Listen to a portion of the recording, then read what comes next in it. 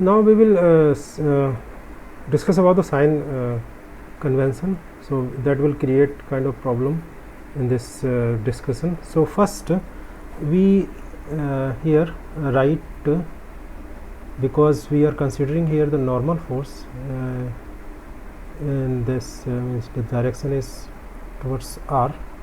So this is your normal direction r, and at this point we are taking the force. So suppose we write the force this way, or you can say if you are discussing only the molecular forces, pi. All these things you can see in my earlier lectures. What is the meaning of pi? Is molecular forces, that is pressure or shear stress. So here normal force will be this way, r. We will discuss its language. What is this pi r force? This is the force or shear. If you multiply this by area, then it will be force, the force. So in a general way we can say that it is a force. The force by the segment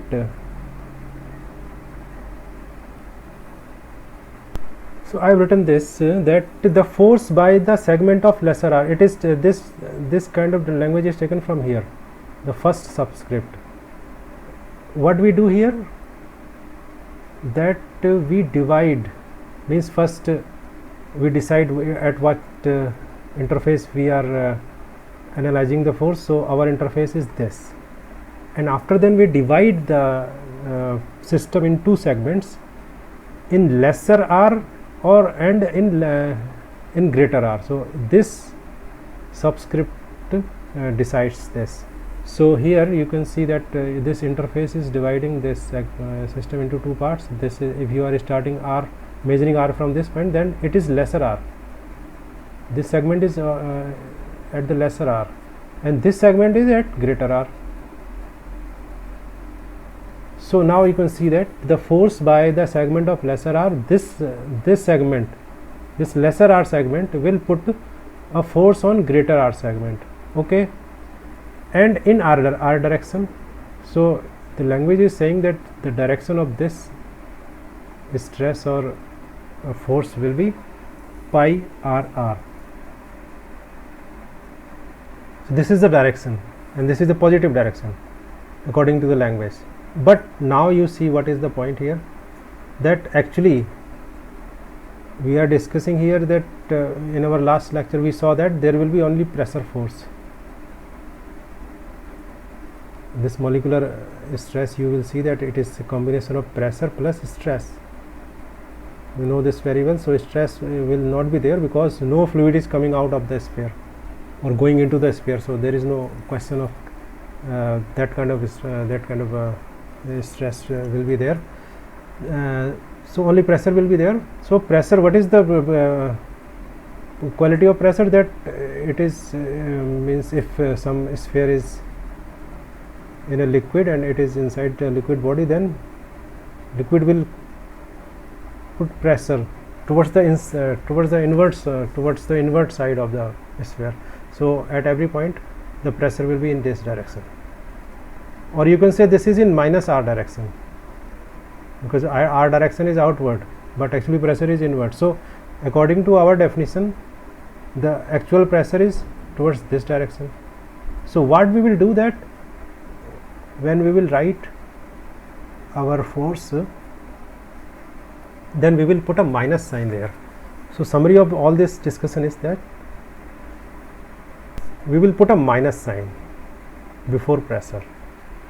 So don't get confused very much about with this discussion. Just understand this point, that in our derivation we will put minus sign against the pressure because it is in the negative r direction. And now we come to our main purpose. Our main purpose is to find out what force is being put on this sphere by the fluid that is flowing in the z direction. So we are interested actually in this force, Fz force.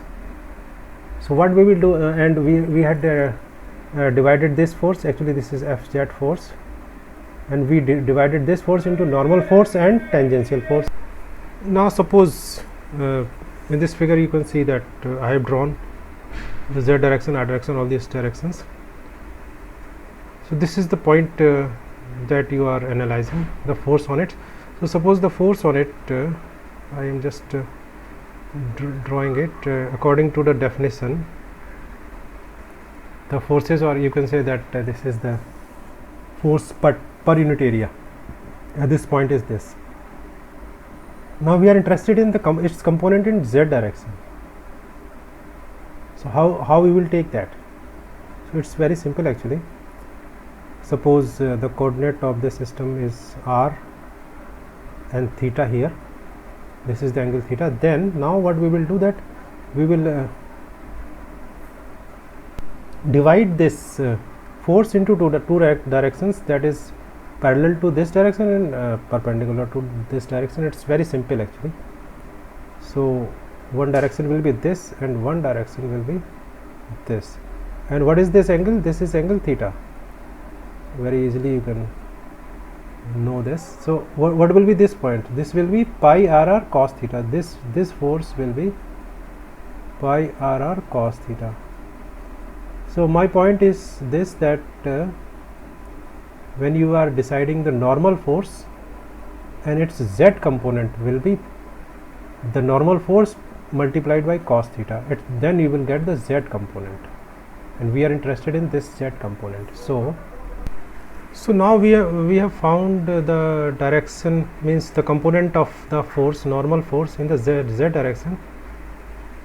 Now our task is to find the total force in z direction, total normal force in the z direction, because this force, or you can say this is actually force by area thing, momentum flux that is called, or force divided by area. At this point this is the force divided by area, but it is not the total force. So what we will have to do, that we will have to find this way, that we imagine a very small area around this point here. Suppose this area is dA, then we will multiply, we will multiply this force by area by the small area segment, then we will find the force on this area. So this is actually your force. After then, if we can integrate, if we can expand this area to all over this sphere, then or in another language you can say that if we can integrate this area or this complete force over the entire surface of the sphere, then we can find the total force, total normal force in z direction. And one more concept here is this, that in spherical coordinates, what is this small area dA? So we will discuss here what dA expression we will take, and you have already read these kind of mathematical things, spherical geometry, 3D mathematics. I am here again explaining it. So suppose this is your z axis and this is your y axis and x axis. Suppose this is your point, here you are making that area, and this is at r distance, and this is your angle theta. Now to make the area, you make a small area, you rotate this at d theta. This angle is d theta, and suppose this point if projected on the xy plane, it is phi angle. This will also be at phi angle. Now to make the area, you will have to rotate it in this direction, in phi direction. So by rotation, what do you do, that actually if you will rotate it very small d phi angle, you rotate it, then you will get this area formed. So this is actually your dA area. How you have got it? You rotated the r vector in d theta first, after then you rotated it in on xy plane, so that its projection goes like this. So what is this distance now? If you will see it mathematically, you will find that this distance is actually r d theta, and this distance is, I am not deriving all these things, just I am writing the result.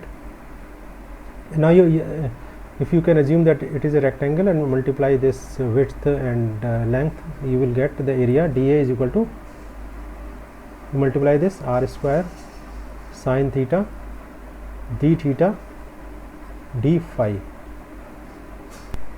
So summary of this this kind of discussion is this, that the small area that you will take will be this. Always keep in your mind this point, that this area is actually the distance. In our case, this distance is because we are discussing the force at the surface of the sphere and the radius is r. So this r, small r, will be replaced by the capital R, radius of the sphere, r square sine theta d theta d phi.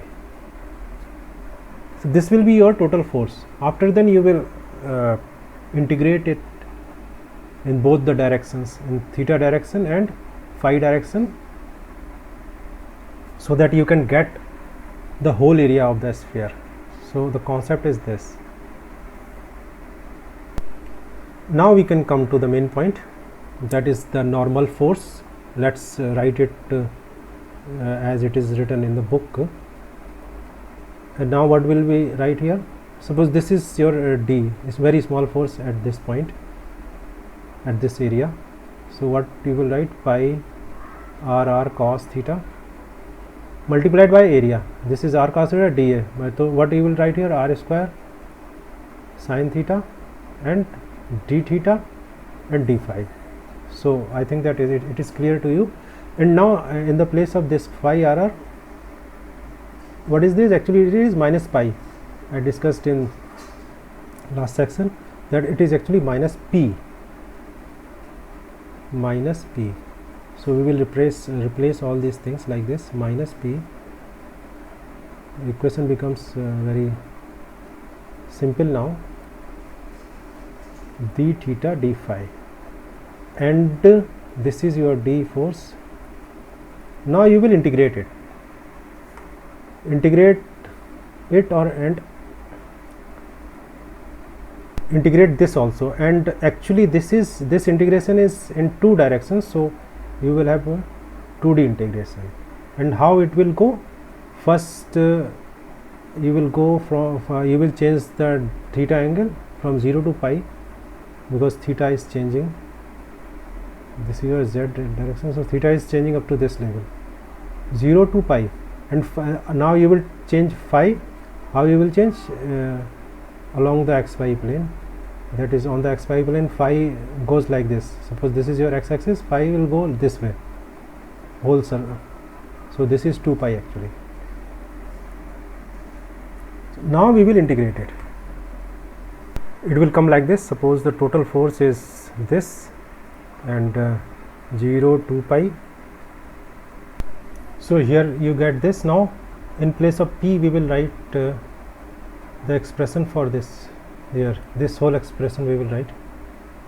You can see it here. So I will write it there. Now we will put various values in these expressions. For example, here what is the value of z in terms of r and theta? So you can understand this way. This is your sphere and this is your z axis, and it is your r direction. This is your point and this is your angle theta. Now with respect to your point, this is your z value, and what is this value? Actually this will be theta. So z, and this is your r, so z is equal to r cos theta. So in this place we will put r cos theta, and here r is equal to r actually. So this way we can put, and here also actually this is capital R, because this is the radius of this sphere. So I put all these values here. So this is the final expression we have got for this.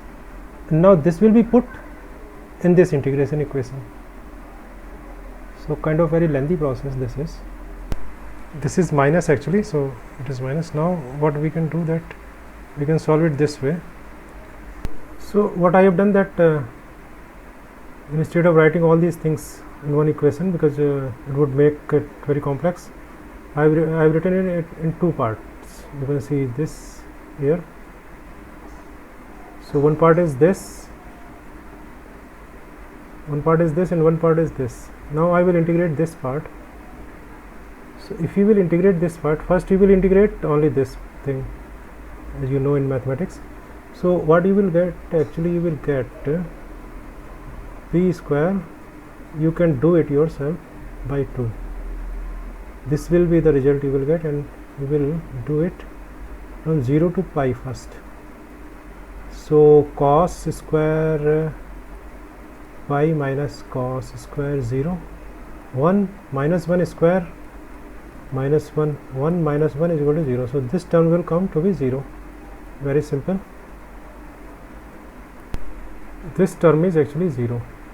Now we will integrate this term. First you integrate this term, and I am writing the result now. The integration will give you minus cos cube theta by 3 and 0 to pi. Now if you will put it this way, you will get minus and minus 1. So you will get plus 2 by 3. In integration after, then you will take this part d phi, then you will get by this you will get 2 pi, because 0 to pi d phi is equal to phi, 0 to pi 2 pi, this is 2 pi.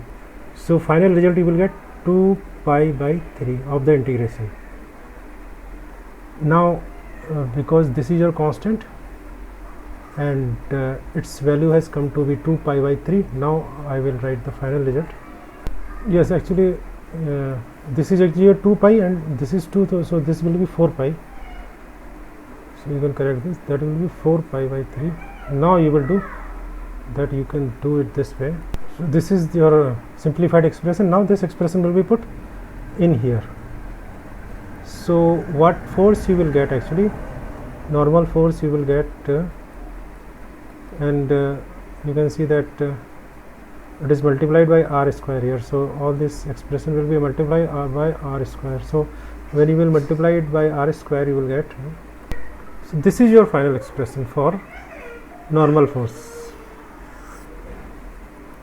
The same way you can find the total tangential force on the sphere. I mean to say that it is in z direction, total tangential force, and take any point here and then you discuss what is this force, tangential force. After that you find its component in z direction and then integrate it over the whole surface. You will get this.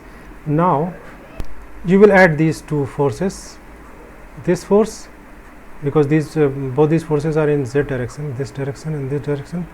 For total force you will add this. So what you will get, so this is the thing, and after that you add this, both things, you will get finally this. This is the total force that is acting in z direction. Now let's analyze this force. What this force is, this actually can you recognize this force? Suppose for example I take a liquid body and put a sphere of r radius, density rho of this solid. So what is its volume? It's 4 by 3 pi r cube. This volume multiply by density, you will get mass, and then you multiply it by g, you will get the gravitational force. Actually what correction I want to make, this rho is not the density of this solid, but rho is the density of this liquid. So what it says, that this is the liquid displaced by this sphere. If we will dip this sphere into this liquid, then it will displace liquid of its own volume, equal to its own volume, and then the weight of this liquid is equal to this, and this term has come here, and it is nothing but the buoyant force. It is the buoyant force actually. So we can say that the total force exerted by the fluid on the sphere is combination of buoyant force plus this extra term that is coming, and it comes into picture only where the liquid is flowing. If liquid is stagnant, then only buoyant force will be there. So we can say that it is because of the viscosity of the liquid, and this is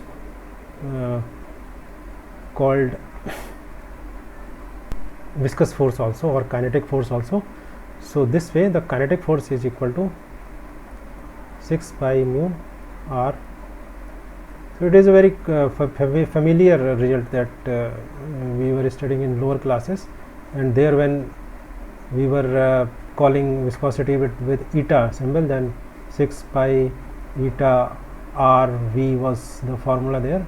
This is the same formula, and here we have proved it by derivation. There in lower classes we were not proving this, but now we have proved this, and it is equal to this. So I end this lecture here. You can read this lecture, this chapter or this section in your book to gain more insight about this subject.